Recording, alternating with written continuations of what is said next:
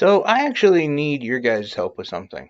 And that is where to start or what to play in the Metroid series. I've never played a Metroid game before Metroid Dread. I know that sounds insane, and honestly, it's true. I kind of missed that series. Kind of like how I missed the series of Legend of Zelda and a good chunk of Mario games. Not a Nintendo guy until the last couple years, I'll be honest. After playing Metroid Dread, all I want to do is play more Metroid games. Like, I'm really into the series now, and I'm not sure where to start out. I've thought about the NSO options. I believe the Super Metroid is on there, and I'd like to check that out as well. But I would love for your comments or any of that. I'm not going to completely review Metroid Dread because I think at this point everyone has done it, and it's kind of pointless. But I would like to talk about the fact that this game, for me, is jumped right up into Game of the Year nominations. Like, I've got 3 games that fit that criteria, and honestly, Metroid Dread, probably number 2. Tales of Arise, which I know it's completely different, and Monster Hunter Rise, which is another really, really good game. Both, being from Nintendo. I really think Nintendo has done a great job this year, and they've taken franchises like Monster Hunter and Metroid and just expanded upon them, tweaked them a little bit, gave the fans still what they wanted, but gave maybe a little bit more accessibility. And I think that's part of the thing with Metroid Dread is even though it seems that it's not very accessible, it is incredibly accessible. The everything from the cutscenes, the control, which I just can't get over the controls. Like, they are so tight, so precise, so perfect. There is no other game that I can think of that has controls as good as Metroid Dread. The graphics, there's just so many things that make this game accessible. The only thing that I would complain about with this game, honestly, would have to be the fact that I always get lost in the game. And it's got one of those dungeons, which is very indicative of a Metroidvania game, where it's like layered on itself. It's stacked upon stacks. And these dungeons, they kind of just make me laugh. That's why I don't like them. Because I just think of like a group of like henchmen getting around, and some of the main bad guys like, hey, look, I got an idea. Don't call me crazy here until you hear it out. We're gonna flood like a good chunk of our headquarters here. Like, we're just going to put it underwater.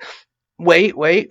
And then another part of it, we're gonna make super cold, so like nobody can survive in it without the item you're gonna need. But it's gonna be on the other side of the dungeon, and it's gonna be really hard to get. And I can just imagine the replies to that. We gotta live here. Not to mention, these kind of worlds also make me laugh because like they're super pristine and clean, but like there's tons of monsters running around. Like, someone's gonna, I don't know, not my point. I'm just saying, like, that's the only thing that I would change, and I wouldn't even change it, to be honest, because that ability to get lost, and I would say more of the opportunity to explore, is really important with those kind of games, and that should not be like, that shouldn't be something that we don't look into only because I'm unable to have good, sense of direction. Like, that's completely on the game, and it's part of the thing that makes the game what it is and why it's such a great game is just the fact that it's not on rails. It's not A to B. You have to explore a little bit. Aside from that, like, that's the only critique I have. I mean, the game is hard, of course. Like every Metroidvania style game, the boss fights, you're gonna go into them probably at least 3 or 4 times before you actually get them mastered and figure it out. You're also going to get stuck for, large amounts of time. Like, that's part of the game. And everything that the game promises, it delivers on. And I think it does it really, really well. I have thoroughly enjoyed my time with Metroid Dread. And I find that interesting because I am the worst Metroidvania style player. Like, I don't like those games. I've only played them recently because of the channel. And some of those games needed to be reviewed or at least give my opinions on. And it's not the type of game that I would just play, like, for the fun of it. But Metroid Dread has been completely different. I've actually taken so long to make a video because I've been playing Metroid Dread, and I have not been working on the channel like I should be. Especially for that, like, I have a different process of just playing the game as per reviewing the game, and I really just didn't want to start the process of reviewing it as per just playing it because I was having that much fun. And that's what sucks you in about this game as well, is like there's that component of just another minute. Let me just try one more thing. Oh, I died. Let me give it another go. I want to. It just keeps sucking you back in, where an hour of gameplay turns into 2 hours of gameplay without you really even realizing it. And that's, I think, one of the hallmarks of a great game, is being able to do that to the consumer. And that's exactly what this game does. That's what Monster Hunter Rise does. I guarantee you, if you pop on if you've beaten Monster Hunter Rise like I have, go ahead, pop it in right now. You're going to get sucked into it. And even if you kind of already done what you think is everything in the game, you're still going to continue playing it, and you're going to have fun. Like, that really is just an astounding component of a game, is just to keep you engaged. And Metroid Dread does that plus. I mean, not only that, the lore, the history, the fans of it, they've got an amazing product that was released to them.